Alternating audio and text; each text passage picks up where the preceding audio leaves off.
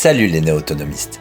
Guillaume et Vincent nous ont ouvert les portes d'Ecologia, qui est une ancienne friche industrielle transformée en un paradis sur Terre.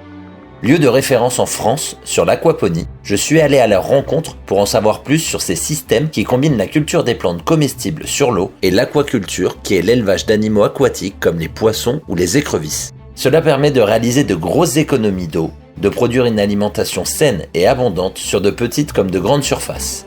Ce reportage vous est présenté tout de suite sur l'archipel.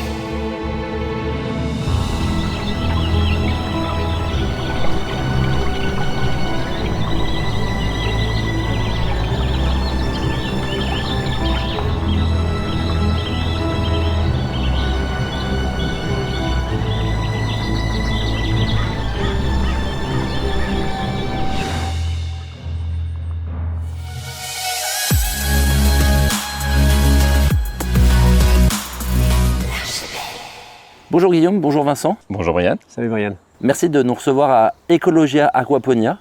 Ça a deux noms. Est-ce que vous pouvez nous présenter la différence entre les deux et ce qu'on va voir cette prochaine Vincent, je pense qu'on va y arriver. Qu'est-ce que t'en penses? Avec plaisir même, je pense. Allez, je te laisse faire. Allez, je commence? Ouais, vas-y. Eh bien, voici Guillaume Beucher, je suis Vincent Brault. On se connaît, déjà on va commencer par le début, on se connaît depuis 46 ans. On a 4 jours d'écart et on était ensemble à la maternité de Laval. C'est le plus vieux, voilà, bon ça se voit. L'expérience, la sagesse, tout ça. Et là, tu es sur un site qui s'appelle Ecologia. Le site, l'écrin, le terroir, le terrain, c'est Ecologia. Et dessus, on vient d'y ajouter avec fierté et engouement une structure qui s'appelle Aquaponia. On va y revenir tout à l'heure. Mais Ecologia, en fait, c'est l'endroit où on vous accueille aujourd'hui. On est ravis de vous accueillir.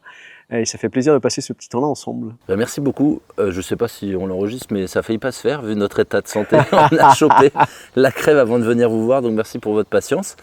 Moi, je voulais savoir, c'est quoi Ecologia? Aquaponia, on va sûrement le voir un peu plus en détail quand on va parler d'aquaponie.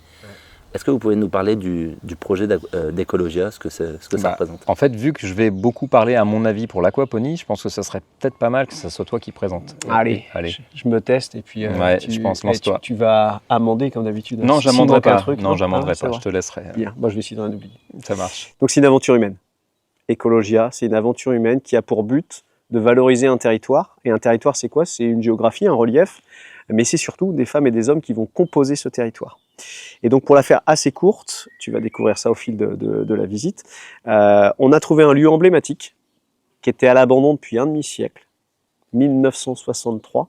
Mais avant 1963, pendant un siècle et demi, ça a été un fleuron de l'industrie de la chaux. Quand je dis fleuron, on pourrait faire Cocorico, donc plus grand site de France, impactant sur l'ensemble du territoire. La voie ferrée qu'on a entendue tout à l'heure, si elle passe à Laval, c'est parce qu'en 1855, pour relier Paris à Brest, les architectes vont être convaincus par les lobbies chauffourniers de Louvernay d'amener la voie ferrée ici. Fleuron d'industrie, désert de biodiversité. Ici, c'était un massacre. Tu vois, on voit un beau ciel bleu et puis de la verdure partout. À l'époque, c'était de la fumée noire 24 heures sur 24 pendant 8 à 10 mois de l'année partout. Les gens qui habitaient ici ne voyaient pas le ciel. Et en plus, il y avait zéro verdure, rien qui poussait. Tous les arbres, les dizaines de milliers d'arbres que vous allez voir aujourd'hui, ils datent d'après 1963.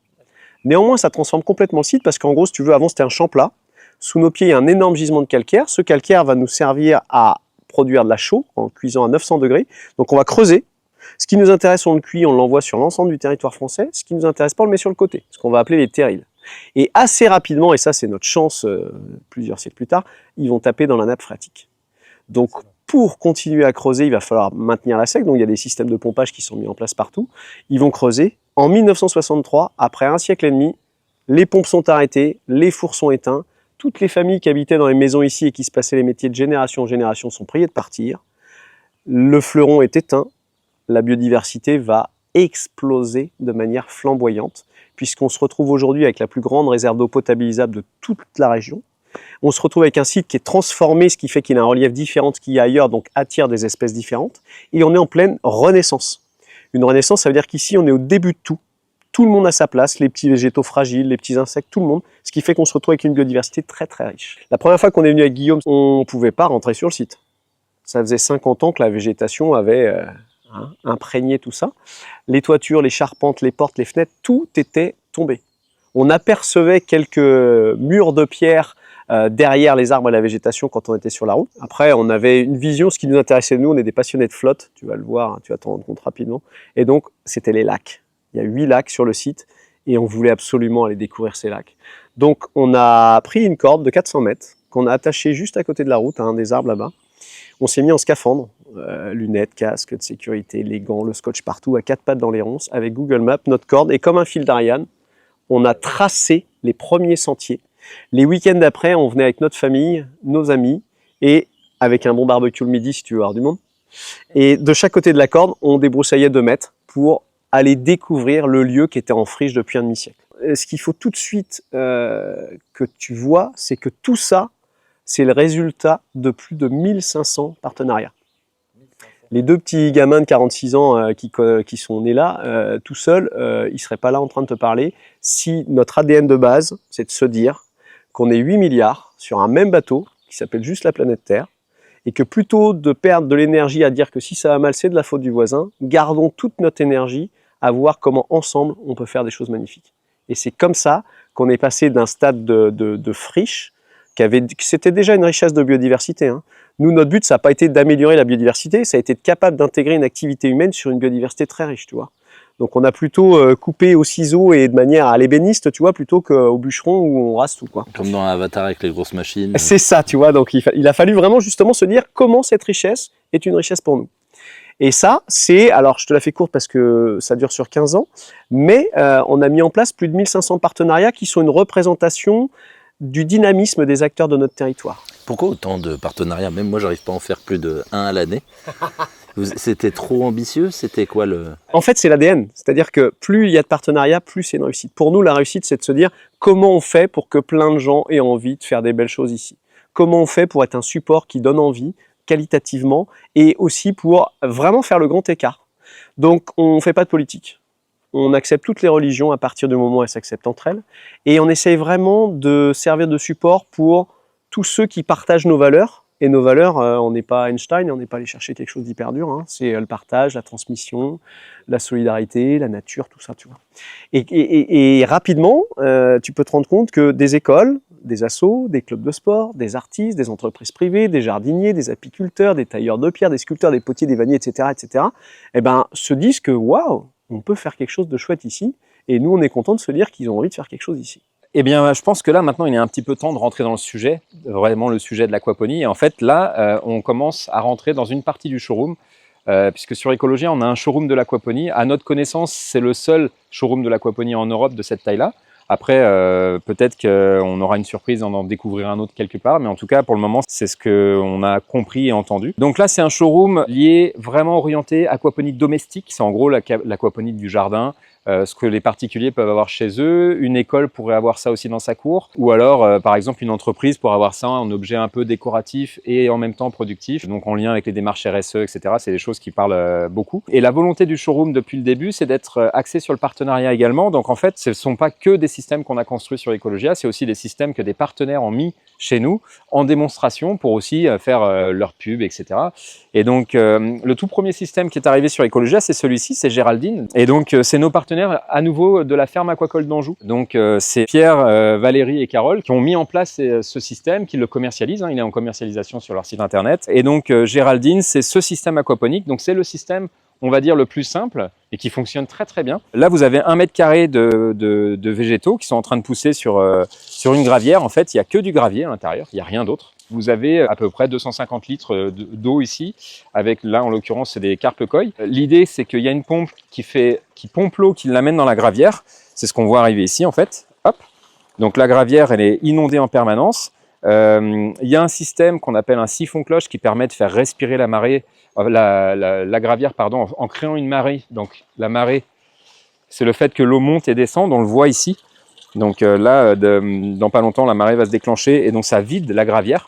Donc c'est complètement automatique et c'est un truc extrêmement simple. Hein, c'est juste ce qu'on appelle un siphon cloche, puisque c'est une cloche. Et donc d'un seul coup, ça va se déclencher. Ça va vider la gravière et donc en fait, le niveau monte et descend en permanence dans la gravière et ça la fait respirer. Donc moi j'aime bien parler de respiration. Et ce qui est intéressant, c'est que là, toutes les plantes que vous voyez là, elles sont en train en fait de profiter du fait qu'il y a des bactéries. Les bactéries, elles sont où? En fait, elles sont sur toutes les zones de gravier qui sont non accessibles à la lumière directe du soleil parce que sinon ça les tuerait, et qui sont inondées.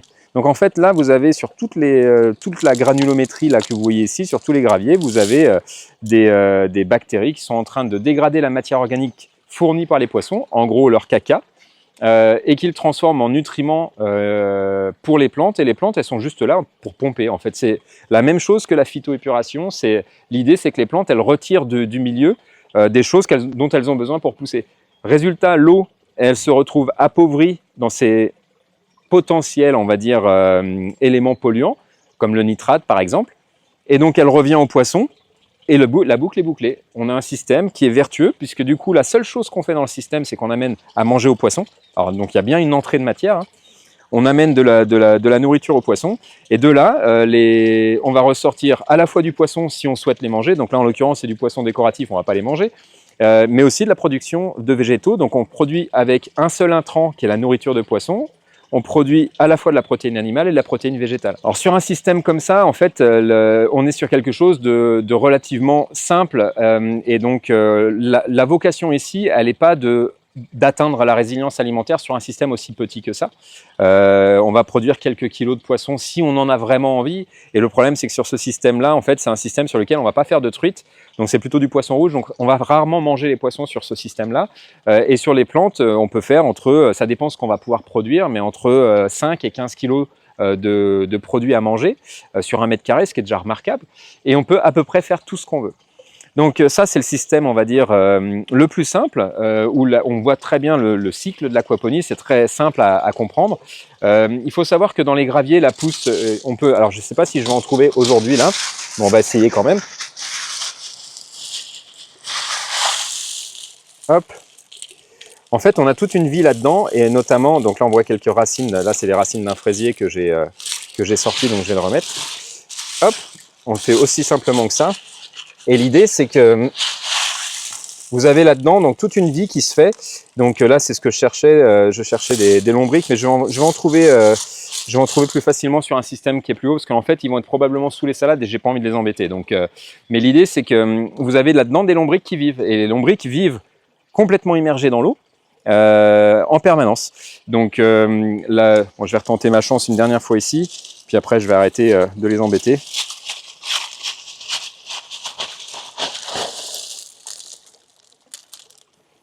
Hop. Donc là, ce qui est assez remarquable, si vous regardez le système racinaire des plantes qui poussent, on voit bien que c'est hyper propre. Là, on a la ciboulette là, qui est en train de... Et pour la replanter, parce que je l'ai un petit peu embêtée là, pour la replanter, en fait, je refais juste un trou à côté, je la remets dans la terre, hop, enfin dans le gravier, je referme, et c'est reparti en fait. Pour elle, il n'y a aucune gêne. C'est ça qui est assez fantastique. Après, dans les autres systèmes, donc là, par exemple, vous avez un système... donc ça, c'est un système qui est designé sur Ecologia, et on travaille maintenant en partenariat avec une entreprise qui s'appelle River in the Garden, donc qui est en train de développer la commercialisation de ce produit. Donc là, on est sur une base hexagonale qui a été designée et pensée sur Ecologia, et que maintenant on aide River in the Garden à commercialiser et à développer. Et donc là, vous avez un système sur 3 étages, mais il peut être, comme il est modulaire, il peut être fait de la manière que vous voulez. Alors la forme hexagonale, pour nous, elle était importante dans la mesure où ça permettait de reproduire le nid d'abeilles et donc l'occupation de l'espace, de manière à pouvoir optimiser au maximum l'espace. Là, ce que vous voyez, donc là, on a les salades qui sont en train de monter, mais ce qui est intéressant, c'est de voir le développement racinaire. Regardez. Donc là, en fait, on voit souvent, on a du mal à imaginer le développement des racines dans la pleine terre. Et là, on se rend compte, bon là, elles sont en train de monter en tige, mais il y a à peu près le même volume quasiment de racines et de si on imagine la salade au-dessus, là, avant qu'elle monte, c'est ça qui est impressionnant. Et vous voyez, les racines sont très très blanches, elles sont très saines. On est sur quelque chose qui est assez remarquable. Alors quand vous ressortez des poireaux, par exemple, du sol comme ça, enfin des radeaux comme ça, que vous sortez de l'eau, pardon, les poireaux, c'est impressionnant comment les racines sentent le poireau. La résilience d'un système aquaponique, elle tient à plusieurs choses, évidemment. Une fois que le système tourne et qu'il n'y a pas de coupure d'électricité, que tout est bien pensé et qu'en fait l'eau et l'oxygène ne sont pas limitants, c'est hyper solide et robuste, ça peut durer très longtemps et la seule chose que vous avez à faire, c'est nourrir les poissons. Donc là, en l'occurrence, des poissons rouges. Évidemment, le risque, c'est quand il y a une avarie sur l'eau ou l'oxygène. À partir du moment où il y a un problème sur l'eau ou l'oxygène, ça va être dramatique. Et donc, une coupure de courant, c'est l'ennemi numéro 1 de l'aquaponie, puisque du coup, là, tout s'arrête. Donc, dans ces cas-là, la limite première, ça va toujours être au niveau des poissons. C'est là où on va avoir où ça va casser d'abord. C'est à partir du moment où ils auront consommé plus d'oxygène que dans l'eau qu'ils n'auraient dû. Et en gros, là, en l'occurrence, ils vont mourir. Et donc, l'idée, c'est que on essaie toujours d'imaginer le système aquaponique on va dire, d'une manière réfléchie, de manière à avoir ce qu'on appelle un backup. Et donc, soit on a des alarmes qui nous préviennent pour pouvoir agir, soit on a des groupes électrogènes, etc. Soit on se dit, là, c'est un système qui est purement décoratif dans le jardin, et j'y mets pas beaucoup de poissons, si bien que si jamais il y a une coupure de courant, c'est pas très grave, je vais pouvoir intervenir, même si je me rends compte quelques heures après, ils sont pas nombreux, et ça devrait bien aller. Par contre, si j'ai pas assez de poissons, j'aurai pas beaucoup de légumes. Donc, c'est toujours la question de la boucle. Dans les autres systèmes, là, je présente le système Terreau de Timothée Sorel, donc qui a mis en place ce système-là. Donc, il a mis en place sur le showroom l'année dernière. Et donc là, on est sur un système qui a vraiment une vocation productive pour le poisson, contrairement à ce qu'on a vu précédemment. Donc, on a la partie plante qui est ici, la partie poisson qui est là. Tout est enterré pour avoir un maximum d'inertie thermique. Et l'objectif ici, ça va être vraiment de se dire, je produis du poisson. Et donc là, ce qu'on a ici, ce sont des saumons de fontaine. Et Timothée commercialise son système en promettant une production d'environ une 50aine de kilos de salmonidés, donc truites ou ombles de fontaine par an. Et donc là, ça c'est des poissons carnivores qui sont comme les truites en fait, comme les truites et les saumons, ça s'appelle un saumon de fontaine. Et là, c'est clairement un poisson qui se mange.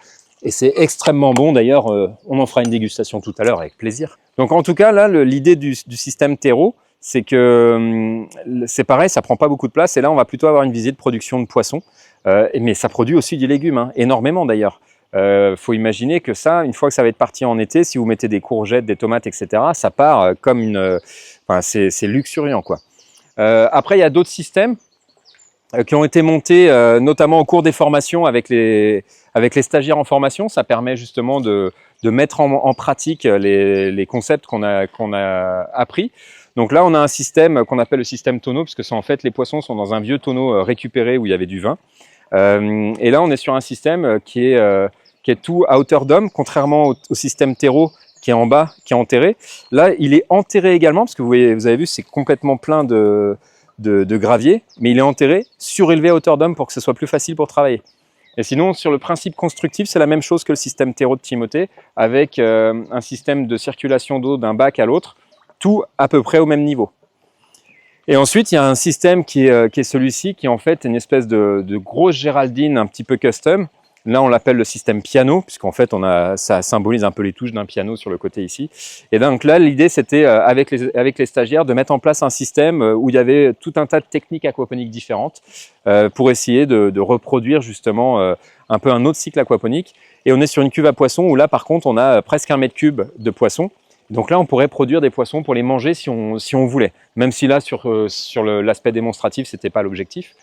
Donc là, on est vraiment sur la partie showroom basse d'Ecologia. Et l'objectif ici, c'est plus de montrer un peu un aperçu du champ des possibles, de se projeter un peu, de s'imaginer, de se dire, tiens, je verrais bien ce truc-là dans mon jardin, ou plutôt un truc comme ça, j'aime bien ce système-là, j'aime bien quand c'est au sol, j'aime bien quand c'est en hauteur, j'aime bien le côté pergola, j'aime bien le côté hexagonal, carré, rond. Enfin voilà, ça permet de se projeter un petit peu. Ça nous permet aussi de mettre en avant les partenaires qui font ce genre de système et qui les commercialisent dans leurs activités premières.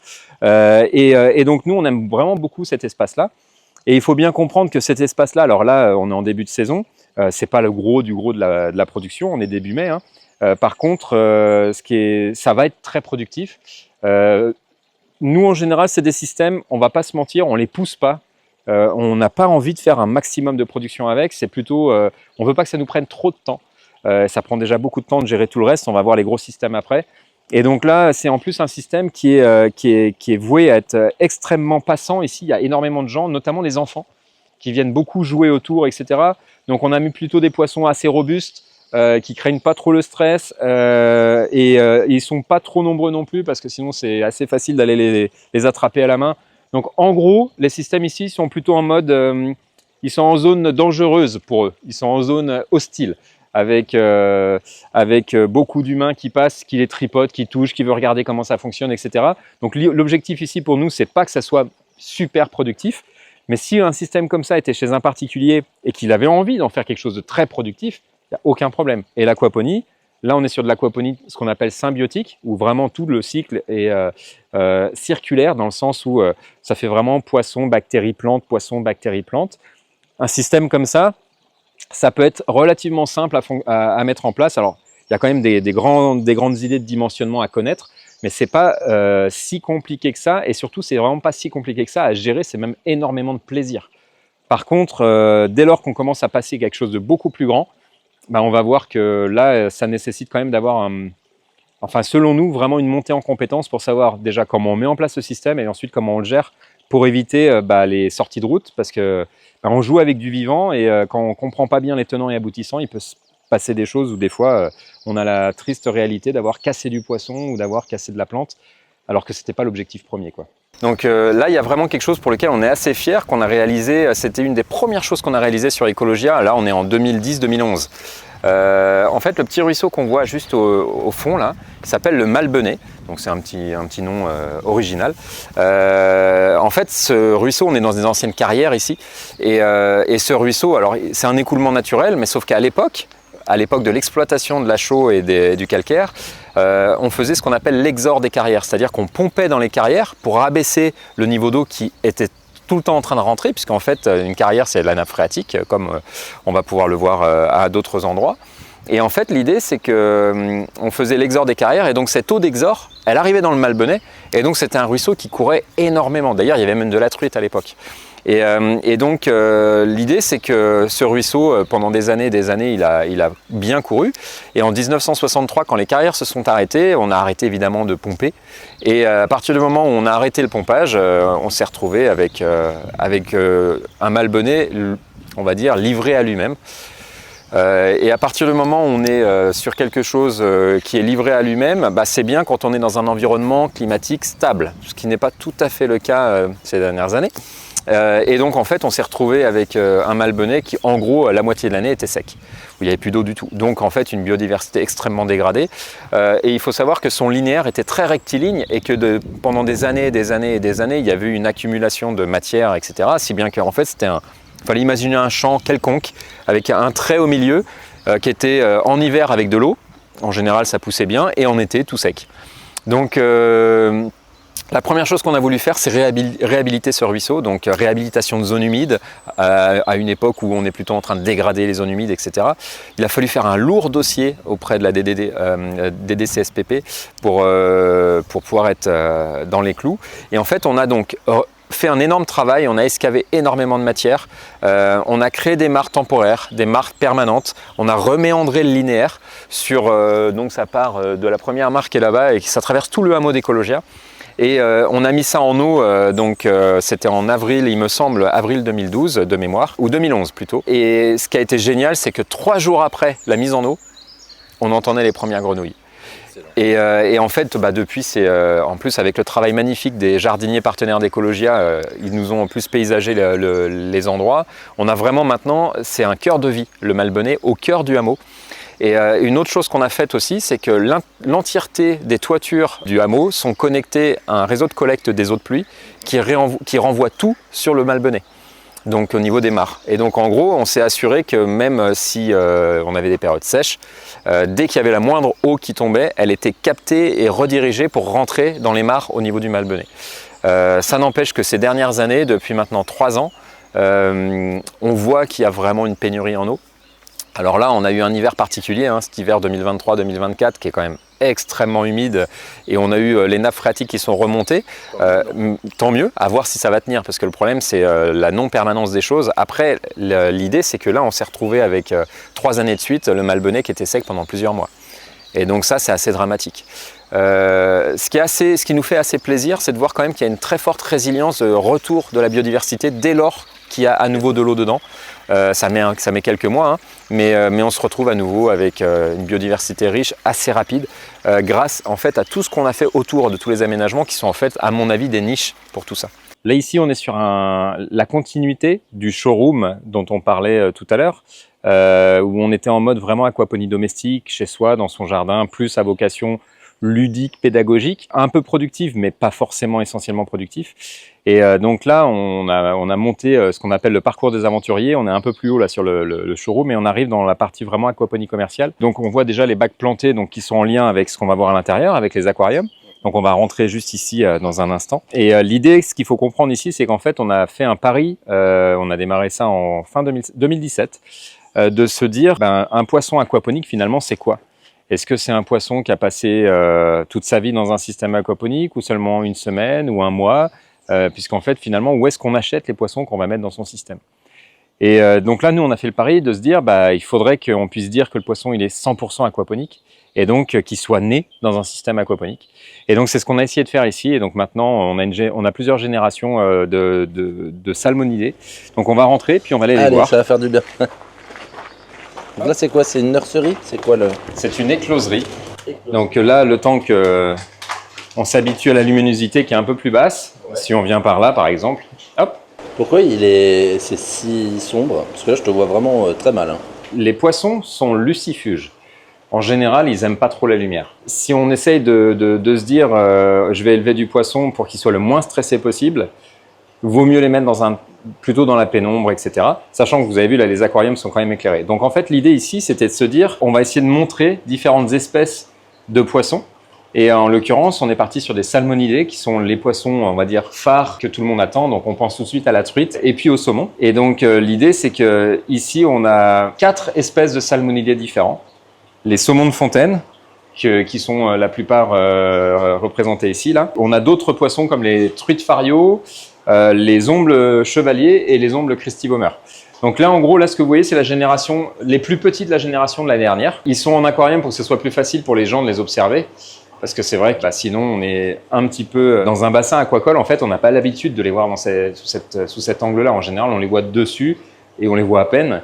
Là, on les voit vraiment de côté, donc c'est vrai que c'est sympa. Alors, c'est des poissons qui sont assez jolis. Hein. On voit en plus, ils ont des liserés blancs là, sur les nageoires. C'est très caractéristique de ces poissons-là. Du coup, là, ce que tu es en train de filmer, là, ce sont des saumons de fontaine. Tiens, d'ailleurs, ça me permet de faire une aparté. Est-ce que tu veux bien reculer juste un peu par là, en gardant l'image sur l'écran? On nous parle souvent de bien-être animal et on nous dit, oui, les poissons, ils sont surpeuplés, etc. Regardez comment là, ils occupent l'espace. En fait, les poissons, c'est grégaire et ces espèces-là en particulier, ils aiment être tous au même endroit, alors qu'ils ont tout l'espace de l'aquarium pour occuper, mais non, ils vont pas aller de l'autre côté. Tout simplement parce que là-bas, il y a un peu de nourriture qui tombe de temps en temps et ça ne dérange absolument pas d'être tous entassés les uns sur les autres, alors que concrètement, on pourrait se dire, dans notre concept à nous, dans notre conceptualisation à nous du bien-être, de se dire, on va essayer de se répartir un peu partout. Non. Vous voyez, le reste de l'aquarium est libre. Donc, c'est assez caractéristique. Donc là, on voit ce que je disais, les reproducteurs. Donc là, si on voit par rapport à la taille de ma main, c'est des beaux bébés. Donc ça, c'est une femelle de saumon de fontaine. Ça, c'est un cristivomer. Ici, on a quelques cristivomers aussi. Ça, c'est un autre saumon de fontaine. Ça, c'est une truite fariole qui est en train d'arriver. Bon, elle a décidé de partir faire un tour par derrière. Voilà. Non, ça, c'est un cristi. La truite, elle est juste derrière, elle est planquée, elle arrive là. C'est elle. Ça, c'est une truite fariole. Donc, il y a 4 espèces là-dedans de salmonidés.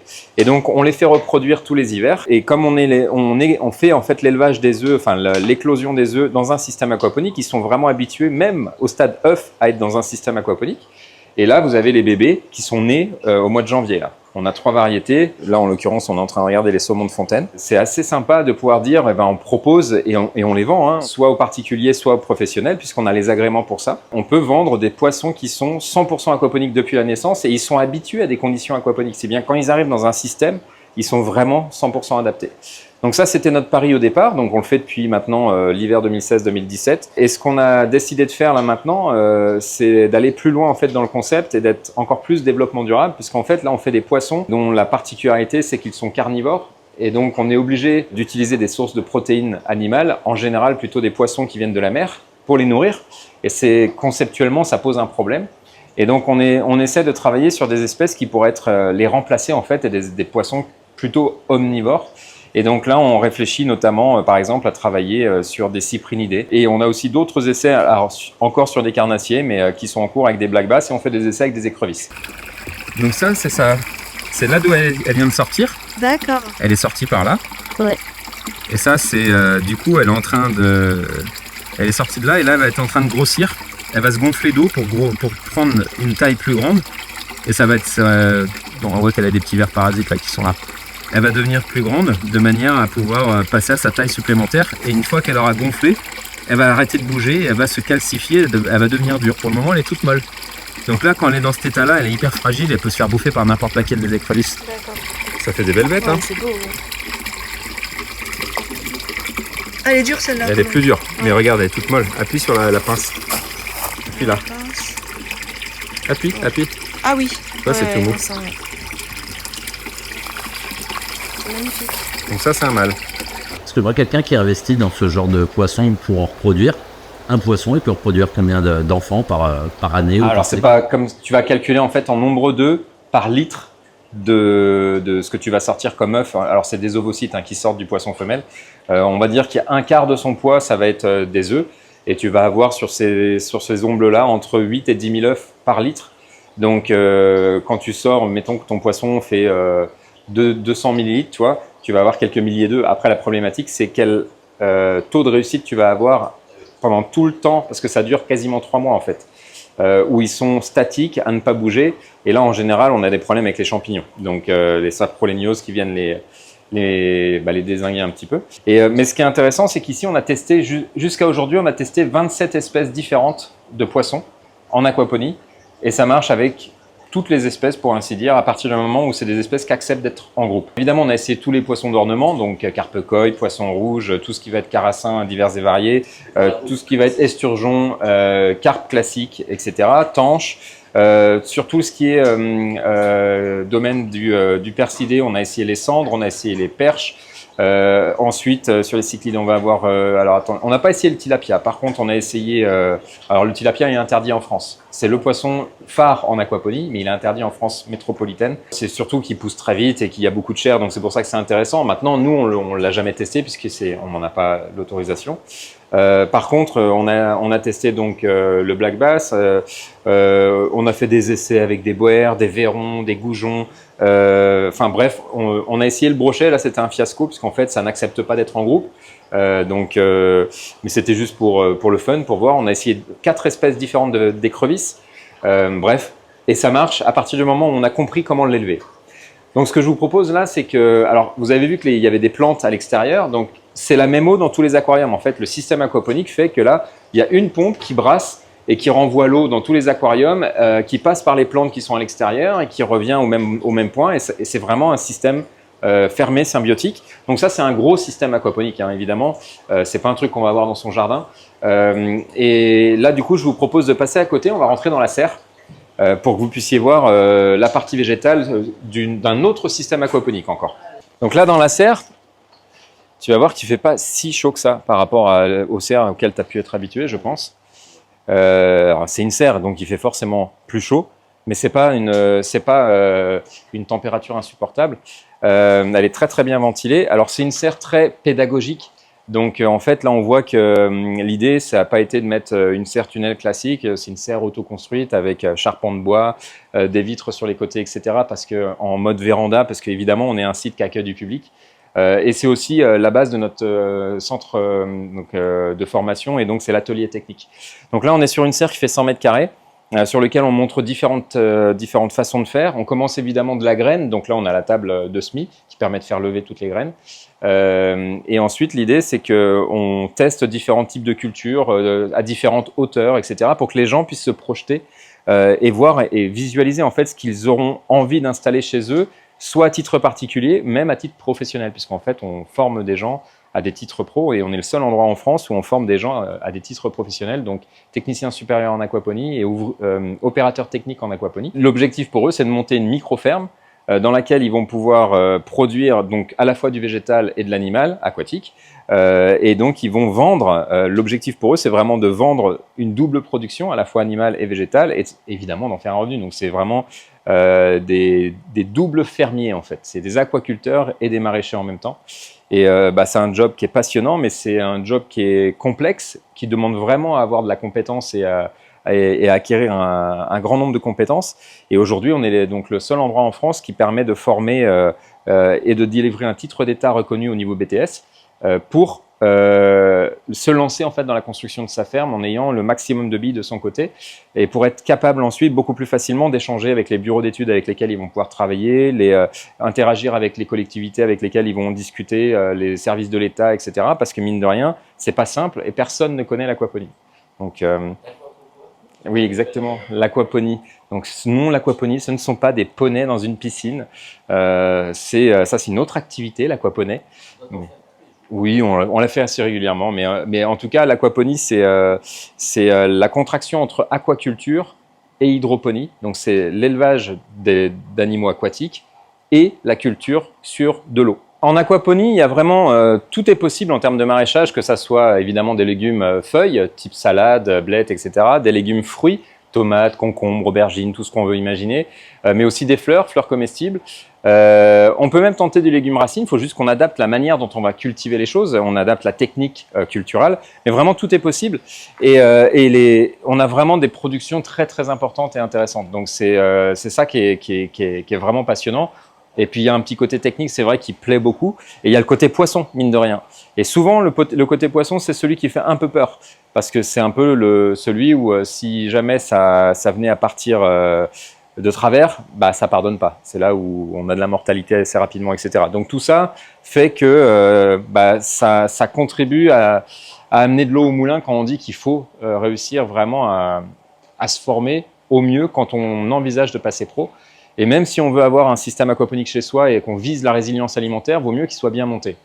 Nous, on déconseille très fortement de mettre les poissons sous les radeaux.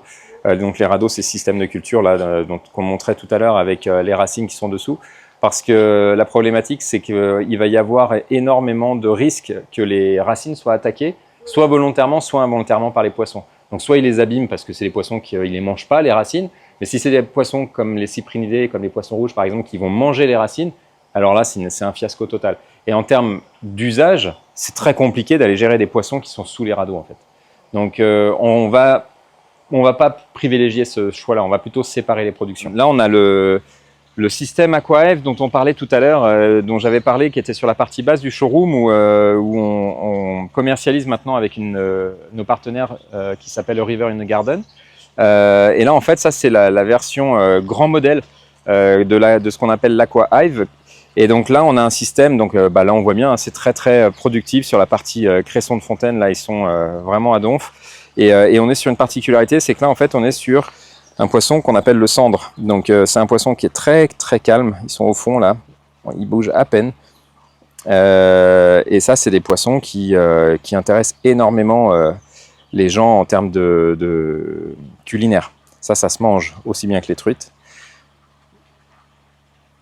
Et par contre, à la différence de la truite qui nécessite de refroidir l'eau, là on est sur une espèce qui n'a pas besoin qu'on refroidisse, mais à l'inverse, qui aurait peut-être besoin qu'on réchauffe l'eau. Donc voilà, il y a toujours à chaque fois la spécificité technique de l'espèce qu'on essaye d'élever qu'il va falloir maîtriser. Si on continue un petit peu, là on est à l'extérieur de la serre, et là devant on voit des radeaux extérieurs, donc tout est relié en fait, il y a des tuyaux sous nos pieds, tout est relié, c'est le même système, avec une partie sous serre, une partie à l'extérieur, parce que pareil, par rapport à notre plateau technique, ça permet aux gens de se rendre compte de la différence entre l'extérieur et l'abri.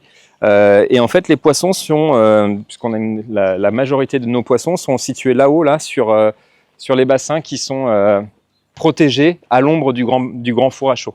Donc quand on s'approche ici, c'est là où en fait on a la majorité de notre production qui est ici, avec les gros poissons qui nous servent à faire les reproductions et aussi les poissons qui partent en commercialisation. Donc là en fait il y a des gros poissons un petit peu partout. Alors ils sont en général un peu farouches, je ne sais pas si là ils accepteront de se montrer. Hop, l'action de les nourrir un petit peu, est-ce que Ça montre qu'en général, ils sont assez actifs. Donc là, on est sur du saumon de fontaine, donc qui est vraiment un poisson très sympa, très bon à manger. Et si on poursuit un petit peu plus, là on arrive sur ce qu'on appelle donc les jardins de Babylone, aquaponiques, by Ecologia, puisqu'en fait là on faisait le lien. Je vais laisser Vincent en parler tout à l'heure. Je voudrais juste montrer là un truc qui est assez particulier, mais qui est biologique, et donc il faut comprendre. Là on voit il y a tout un tas d'algues qui arrivent en surface, et en fait ce matin il n'y en avait pas du tout. Et tous les matins il n'y en a pas, et tous les après-midi il y en a. Et en fait ce qui se passe, c'est que l'eau en ce moment, on est en début de saison, l'eau est très claire, et là on s'est pris des journées de grande lumière d'un seul coup. Et donc ce qui se passe, c'est que les algues sont un peu vivotantes au fond de l'eau, et d'un seul coup il y a énormément de lumière qui arrive, et les algues qui sont au fond se mettent d'un seul coup à produire énormément d'oxygène, et du coup on se retrouve avec des micro-billes d'oxygène, des micro-bulles d'oxygène qui font que ça décolle les algues et qu'elles arrivent jusqu'en surface. Donc ça c'est vraiment typique du début de saison. Donc ça, normalement, d'ici 2 semaines, ça devrait être complètement parti. Et par contre, c'est un régal pour les poissons qui se donnent un cœur joie de manger là-dedans. Donc là, typiquement, ce bassin-là, c'est un bassin type piscine naturelle. Il y a des esturgeons, d'ailleurs, les esturgeons de notre piscine sont arrivés ici. Et en fait, le principe de ces systèmes aquaponiques-là, c'est plutôt d'être vraiment des grands systèmes, mais vraiment à but paysager, pour essayer de raconter une histoire autour de Babylone plutôt que d'être à vocation réellement productive. Donc c'est plutôt des plantes qui ne se mangent pas, des poissons qui ne se mangent pas, c'est plus pour le côté décoratif sur le showroom. Mais ça reste de l'aquaponie. Donc là on arrive dans un endroit qui nous plaît particulièrement historiquement. C'est un cadre assez exceptionnel. En fait donc là on a la salle qu'on aperçoit sur le côté qui est la salle qu'on appelle la terrasse, parce qu'il y a une belle terrasse, et on est en plein dans une carrière en fait. On est bordé par des murs naturels, donc des carrières de pierre, et cette salle, c'est notre salle principale pour accueillir mariages, séminaires et tout ça, qui est l'activité d'Ecologia sur la partie accueil de groupe. Et en fait là c'est un espace qui est vraiment hyper cocooning et ultra nature. Et ce qu'on voit ici, donc c'est une carrière, une ancienne carrière d'extraction de calcaire pour fabriquer de la chaux dans les fours, mais qui est inondée, comme toutes nos carrières quasiment d'ailleurs, inondée. Et ce qu'on voit ici, c'est la nappe phréatique. Alors pour la petite histoire, si on regarde le niveau naturel du terrain à l'époque, c'était en fait le haut là-bas où on voit les arbres en haut de la falaise.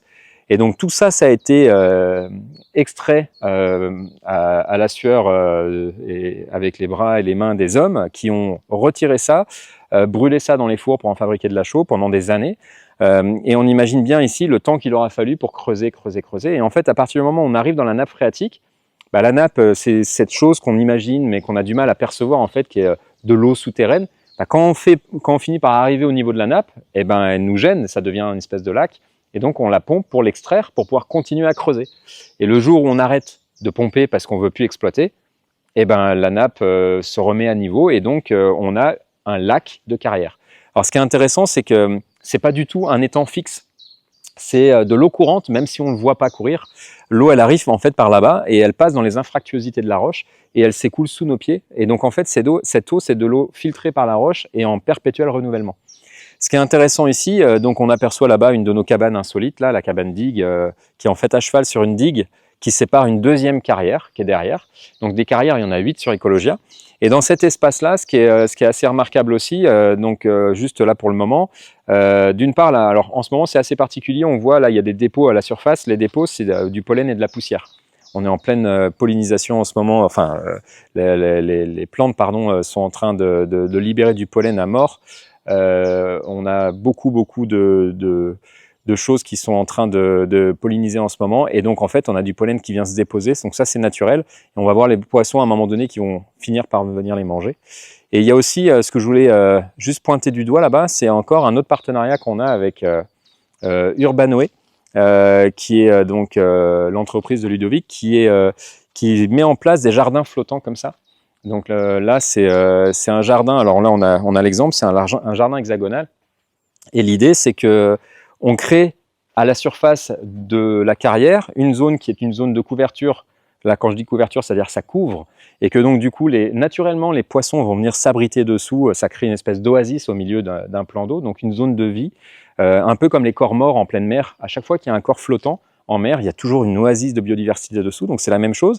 Ensuite, vous avez le tissu racinaire qui va pousser, ça va pousser donc dessous, ça va pousser dessus, puisqu'il y a les racines en dessous, les plantes au-dessus.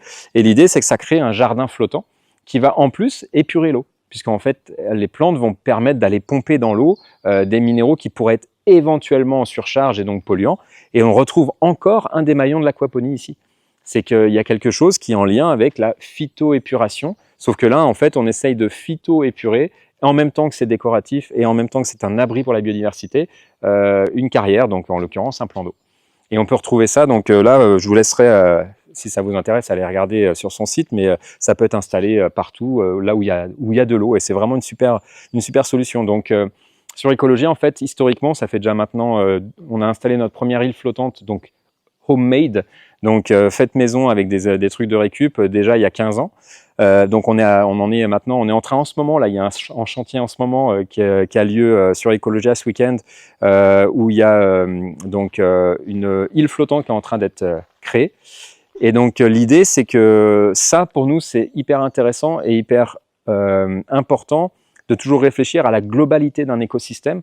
Et un écosystème comme une carrière, typiquement c'est quelque chose qui est pauvre, parce qu'en fait c'est des fronts hyper raides.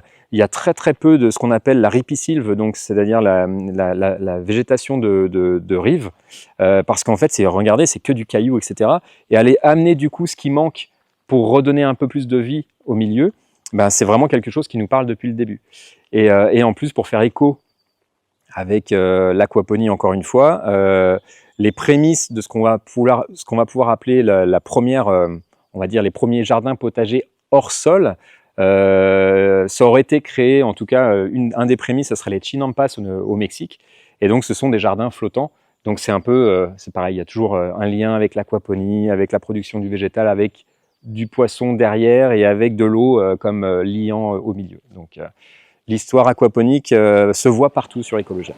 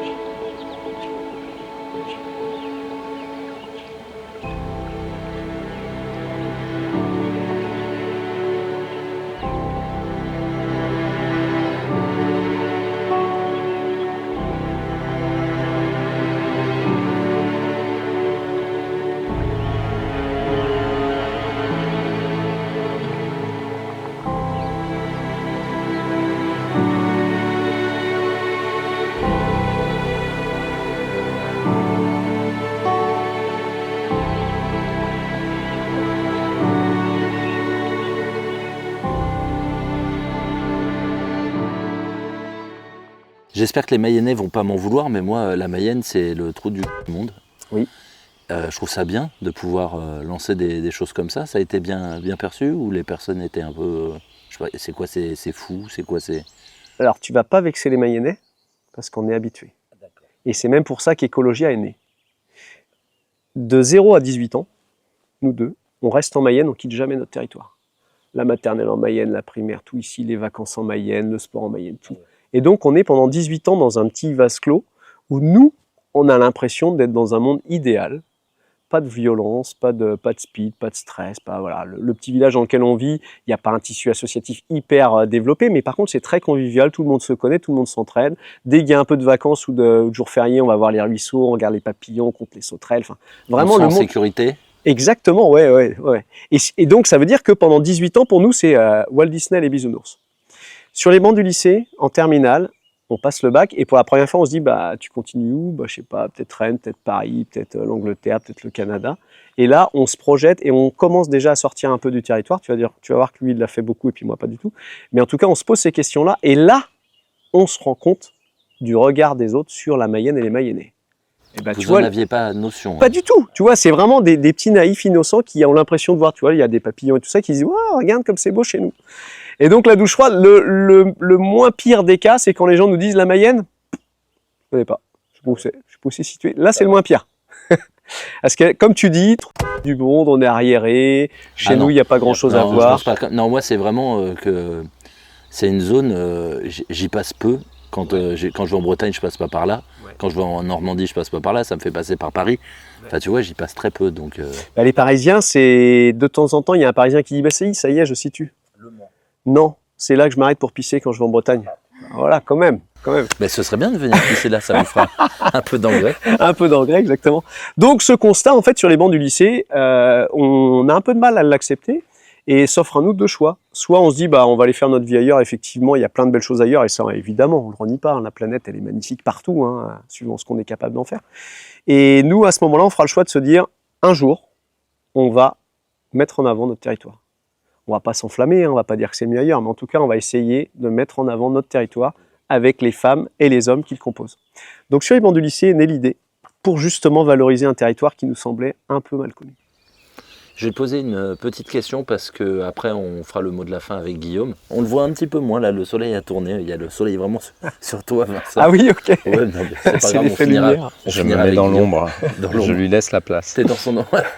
Moi, je voulais savoir, ça m'a tiqué un peu. Vous essayez de reproduire ce qu'on appelle les jardins suspendus de Babylone. Oui. Ça part de quoi? Et surtout, c'est pas un peu complexe, sachant qu'on a très peu de retours dessus. Alors, je vais peut-être déjà vendre la mèche un peu avant que tu découvres l'aquaponie avec Guillaume.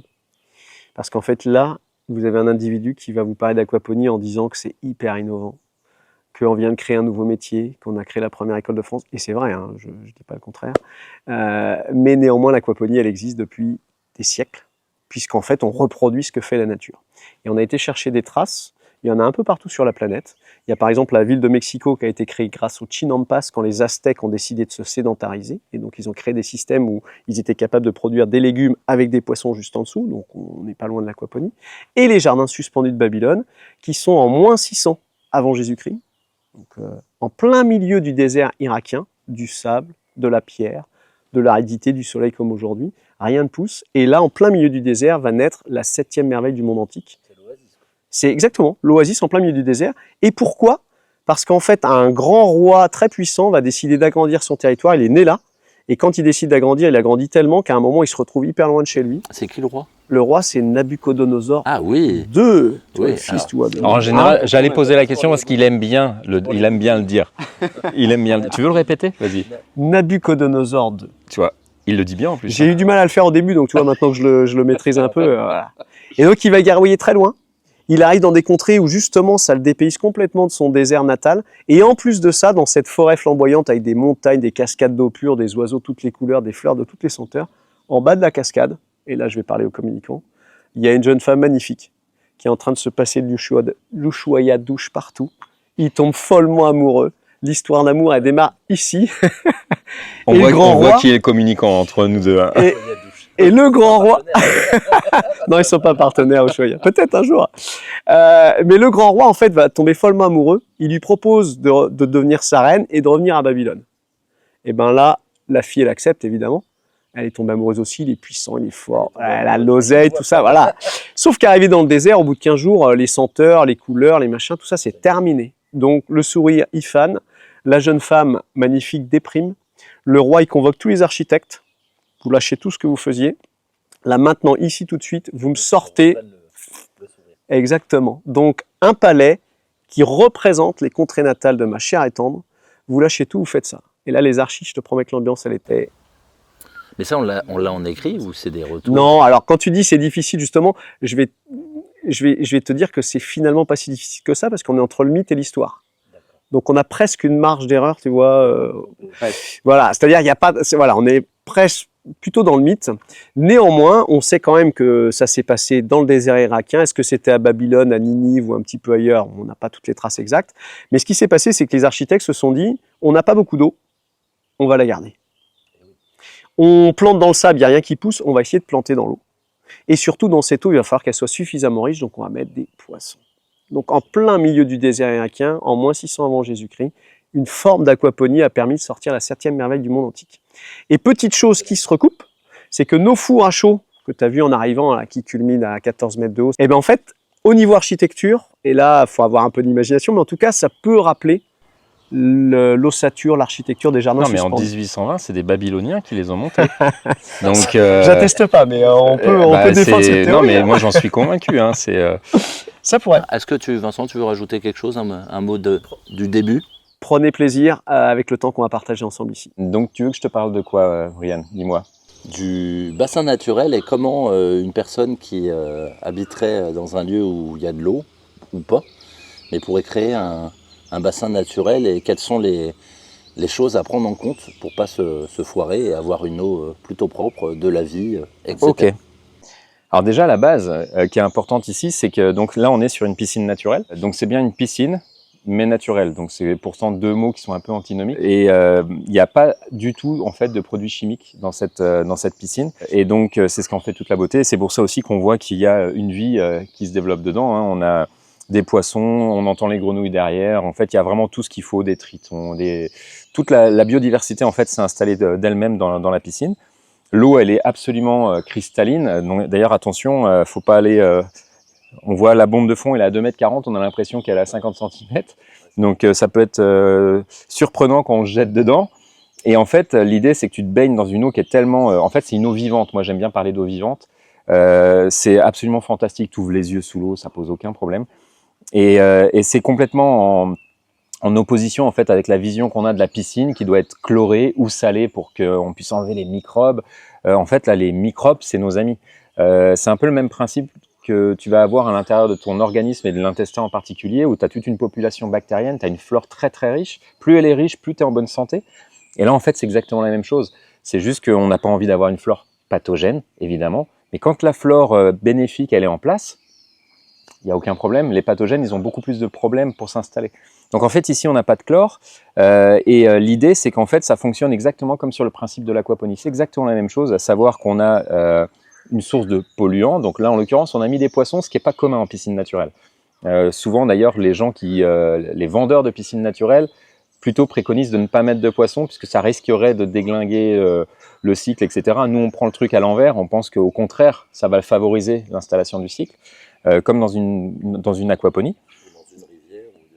comme dans une rivière, bien sûr. Alors, donc, par contre, c'est le même principe qu'une aquaponie, c'est-à-dire que c'est complètement fermé. Cette eau, on entend, il y a une cascade qui est en train de couler derrière. En fait, c'est pas de l'eau qui arrive de la montagne. Non, c'est juste l'eau qui est pompée au fond de la carrière, qui est renvoyée en haut, et c'est une boucle.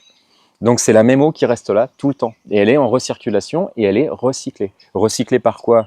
D'abord, les bactéries, et ensuite les plantes. Donc on est vraiment exactement comme sur de l'aquaponie. Donc l'avantage, c'est qu'on a une eau qui est cristalline, qui est propre, etc., qui prend la lumière du soleil, qui est vivante, comme je le disais, qui permet de se baigner, d'avoir vraiment les bienfaits En fait, on a des gens qui viennent se baigner ici, qui ont par exemple des problèmes de peau, des problèmes d'allergie à telle ou telle chose. Là, ici, il n'y en a absolument pas. Tu ressors, tu n'as pas besoin d'aller faire une douche, même si c'est toujours mieux d'aller faire une douche après, mais il n'y a pas besoin d'aller faire une douche pour enlever le chlore, par exemple, si tu ne vas pas brûler, enfin voilà. Alors, à l'inverse, par contre, on a une petite particularité, c'est que les magnifiques crèmes solaires bien beurrantes et grasses qu'on se met avant d'aller se baigner normalement, ici, ça peut être potentiellement un problème, parce qu'en fait, tous les corps gras vont flotter à la surface. Et c'est sur cette pellicule-là qu'il va y avoir des éventuels développements bactériens qui, eux, peuvent potentiellement être dangereux. Et donc, ce qui se passe, c'est que dans la filtration, donc il y a plusieurs systèmes de filtration dans la piscine, et un des systèmes, c'est les skimmers, donc ces espèces de blocs noirs là qu'on voit où l'eau est en train de tomber dedans, en fait. Et ça, à cet endroit-là, c'est toute la pellicule de surface qui est absorbée et qui passe dans un système de filtration spécial. Et à cet endroit-là, uniquement à cet endroit-là, on va tuer les bactéries. Ça me fait penser un peu à la phyto, non, dans l'esprit? Et la phytoépuration, en fait, ça serait qu'une toute petite partie de la piscine naturelle. C'est-à-dire que dans la piscine naturelle, il y a une phytoépuration. C'est juste qu'elle est inondée en permanence et elle est en cycle fermé. En général, on boit rarement l'eau qui sort d'une phytoépuration. Là, en l'occurrence, l'eau, elle est recyclée en permanence. Donc, c'est plus le principe de l'aquaponie. Mais la phytoépuration, ça fait partie, le principe biologique fait partie de l'aquaponie et fait partie de la piscine naturelle.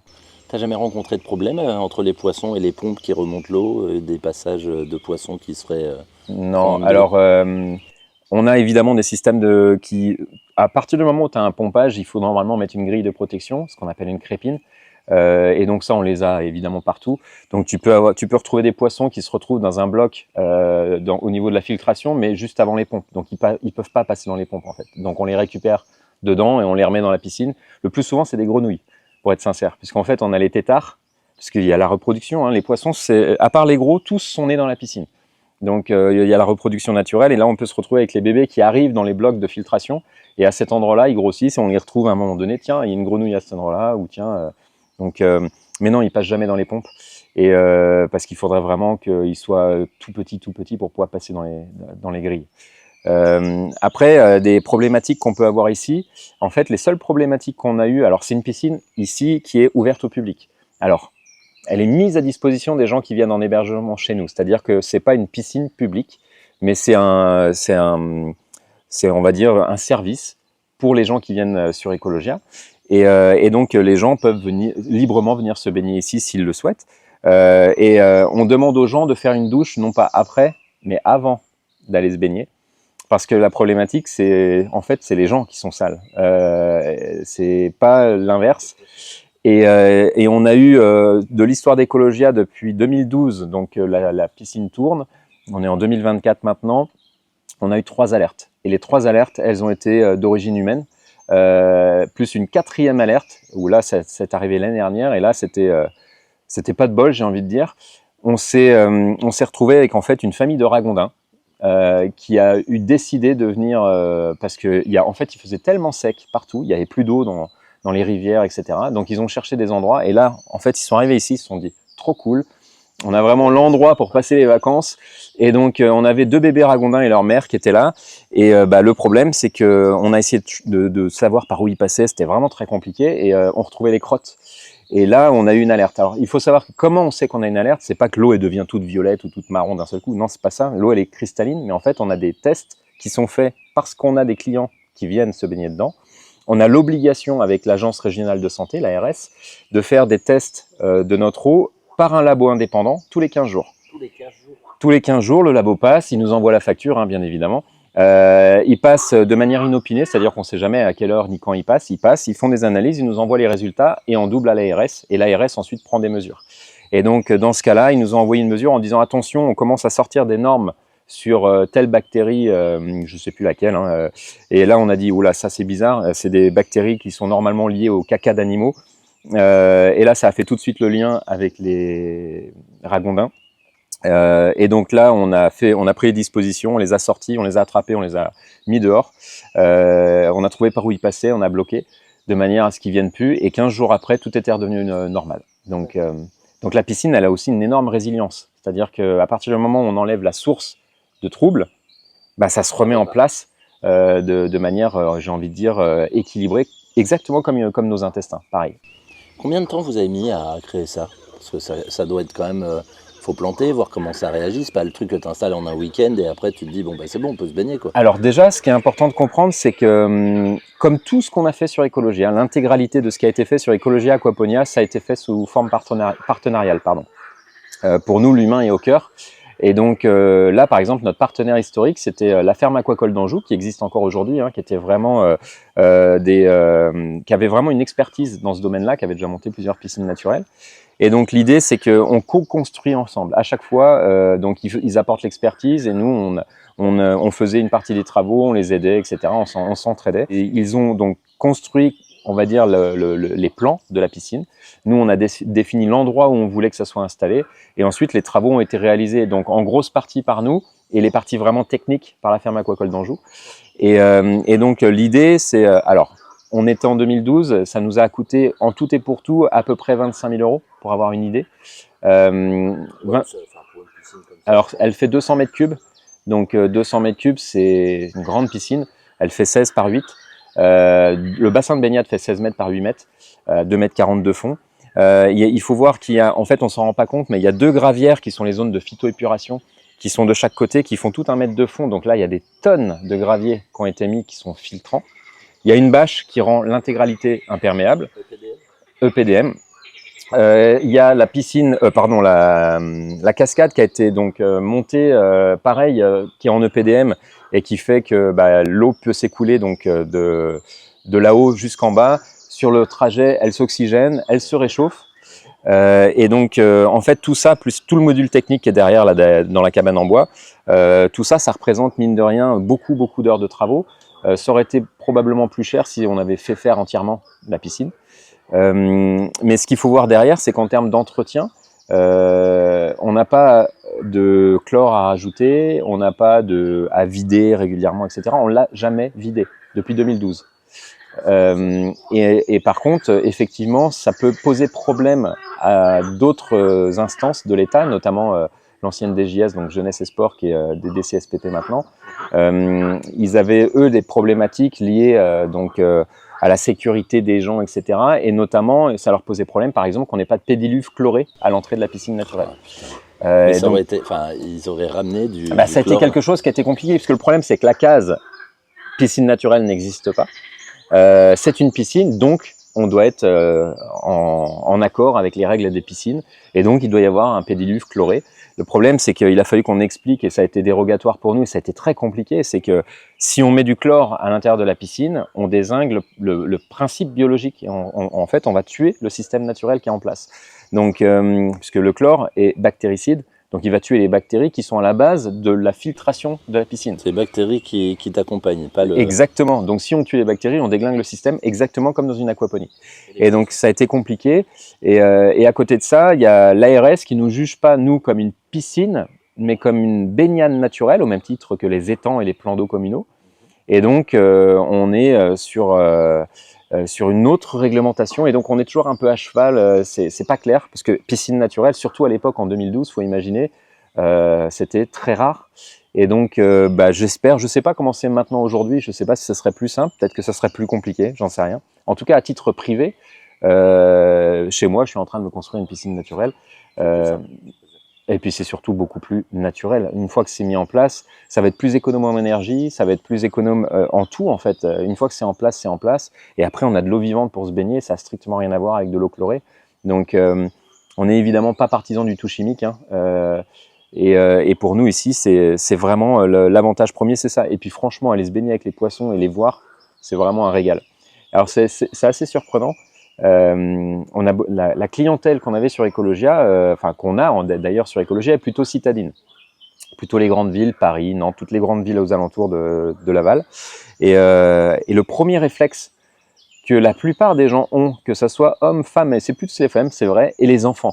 C'est mais il y a des poissons dans la piscine, on va surtout pas y se baigner, papa, maman, ils vont nous attaquer, etc. Enfin bref, donc plutôt un a priori assez négatif, mais par peur, par non-connaissance en fait.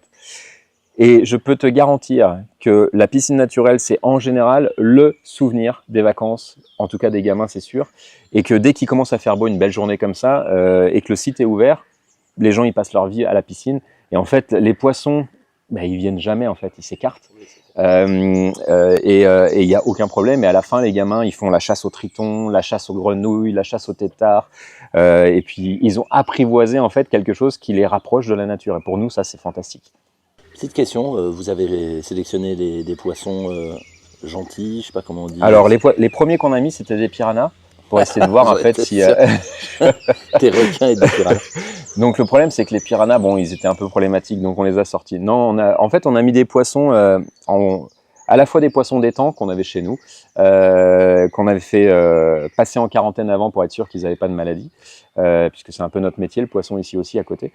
Et du poisson d'ornement, ce qu'on appelle les poissons d'ornement, ça va être les carpe-coilles, les poissons rouges, des esturgeons, des trucs donc plutôt colorés, pour que ça fasse un peu le côté coloré. Parce qu'en fait, les poissons d'étang, on les voit presque pas, on voit des poissons noirs là qui se baladent au fond, mais on les voit pas, même s'ils sont beaucoup plus nombreux en fait. Et on a juste eu un problème avec les esturgeons. Donc l'esturgeon, c'est le poisson qui donne le caviar, exactement. Alors évidemment, là, c'est des petits esturgeons qu'on a mis dedans. Et le problème, c'est qu'en fait, les esturgeons, c'est un poisson qui est extrêmement familier et très sympathique et qui vient chercher des caresses. Et donc, du coup, on se retrouvait avec des poissons. Les gens, par contre, ne savaient pas les manipuler. Les gamins jouaient avec et après nous en avoir tué plusieurs, on a décidé de les enlever. Parce que en fait, on s'est retrouvé à faire d'être poignassés, d'être pris, de mettre mis hors de l'eau, etc. En fait, ils leur faisaient du mal. Et on avait beau leur dire ne pas toucher les poissons, etc. En fait, les esturgeons aiment bien venir chercher, sucer les doigts, etc. Et donc c'est rigolo. Et puis ce qui m'a vraiment mis hors de moi, c'est de trouver un poisson un jour posé sur le côté. Et donc là, en plein soleil, il était mort. Et donc là, franchement, là, je me suis dit, on va retirer les esturgeons pour les protéger des humains. T'en as dans la serre aquaponique? Oui, des esturgeons, on en a d'autres sur une piscine naturelle, une deuxième qu'on a là-haut, mais qui n'est pas ouverte au public. D'accord. Donc on les a déplacés là-bas. Tu vas les voir, on en a plusieurs espèces, ils sont très très beaux. Salut JB. Salut Brian. Bon écoute, c'est assez drôle, tu me dis que tu suis l'archipel, déjà ça fait plaisir. Oui. Bah oui. Mais t'as quel âge? J'ai 25 ans. 25 ans, bah tu vois, ça me rassure. Ouais, ça fait depuis 3 ans, 2-3 ans. Que tu regardes l'archipel. Ouais, c'est ça. Tu travailles ici? Ouais. Et tu as fait aussi tes études je ici? vis ici, j'ai fait des études ici et je travaille ici et j'espère que je vais continuer à rester ici. Je vais mourir ici. Bah pourquoi pas. Pourquoi pas. C'est quoi ton parcours? Alors, j'ai fait une école d'ingénieur en agronomie, AgroParisTech.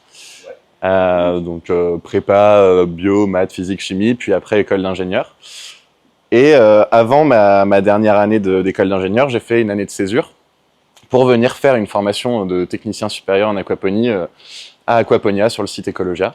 Comment t'en as entendu parler de l'aquaponie? Parce que c'est pas commun encore. Alors, quand j'étais en prépa, je cherchais un sujet, on doit faire un projet en fin d'année pour le concours.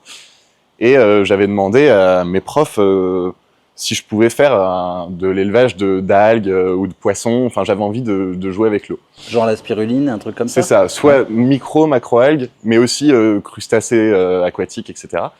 Et ils m'avaient parlé d'aquaponie en prépa. Et après, on a creusé un peu et c'était pas assez développé pour que je fasse un sujet très scientifique. Du coup, je suis parti sur les fourmis. mais j'en ai entendu parler là. Et 1 an après, je rentre en école d'ingénieur. Et je me dis, j'avais un projet à faire. Donc, il y avait quelques fermes qui existaient. Je me suis dit, on va aller, avec les copains, on va aller visiter les fermes qui existent. Donc, les projets étaient plus ou moins aboutis. C'était plus ou moins de l'aquaponie. Mais voilà, je ne retrouvais pas forcément ce que je cherchais. Tu cherchais quoi alors? Beaucoup de choses. Je cherchais des systèmes qui produisaient mais résilients. Je cherchais des personnes avec des compétences qui allaient pouvoir me faire monter en compétences, m'expliquer, me dire comment ça fonctionne. Voilà, l'expérience. Parce que la théorie, je pouvais lire. Il y avait déjà pas mal de choses de sorties sur Internet. Par contre, en pratique, je voulais voir comment ça fonctionnait dans la vraie vie. On dit généralement mettre les mains dans la terre, mais toi, c'était mettre les mains dans l'eau, quoi. Mettre les mains dans l'eau, dans le schiste, un peu dans tous les substrats qu'on utilise. Mais j'étais un peu déçu. Dernière visite qu'on fait, c'est ici. Donc là, on rencontre Guillaume et Natacha. Et Guillaume a pris le temps de nous faire un tour du site. Et là, j'ai fait waouh, c'est là que je veux être. Donc après, j'ai enchaîné direct avec un stage. L'année d'après, j'ai refait un stage. L'année d'après, je suis venu faire la formation. Et l'année d'après, pendant la formation, moi, j'ai créé ma petite entreprise qui me permettait de gagner des sous à côté de l'école et de payer tous les frais en lien avec les études. Guillaume m'a vachement aidé, que ce soit avec mon entreprise, pour les concours de l'ADEME, etc. Enfin, il m'a fait réviser, il m'a dit ça, faut changer. La veille pour le lendemain, j'ai dû changer tout mon PowerPoint, mais bon, apparemment, ça a bien marché.